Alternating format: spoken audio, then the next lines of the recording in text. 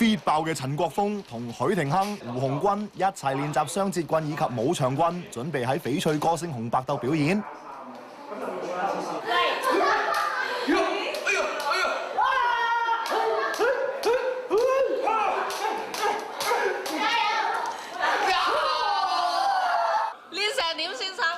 其實有少少痛，佢就話係手臂痛係咪啊？胳肋底痛。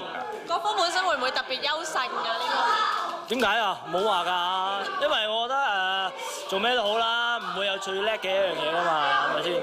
咁啊，最緊要係後天嘅努力嘅啫，都係一個幾好嘅挑戰嚟嘅。咁因為以前成日見到人玩雙節棍好型啦，我覺得，但係原來真係自己做落嚟嘅話咧，係覺得自己都駕馭唔到嘅。喂，但係你哋好似細姑力弱得3個人嘅。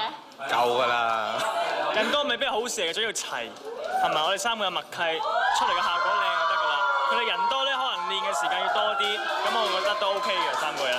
大家聽到啦，啲女仔得把聲嘅啫嘛，同埋女仔練嘅時候咧，用嗰啲海綿棍嘅啫。師傅俾呢啲我哋啦，即係高級用。係啊，女仔冇得鬥㗎啦。至於一班女仔亦都不甘示弱，同樣捱得，就算練到周身酸痛都冇問題嘅。喂，呢個真係唔好睇小我哋少少隻手仔嘅感覺都冇。同埋教練話女仔耍雙節棍係好㗎啦。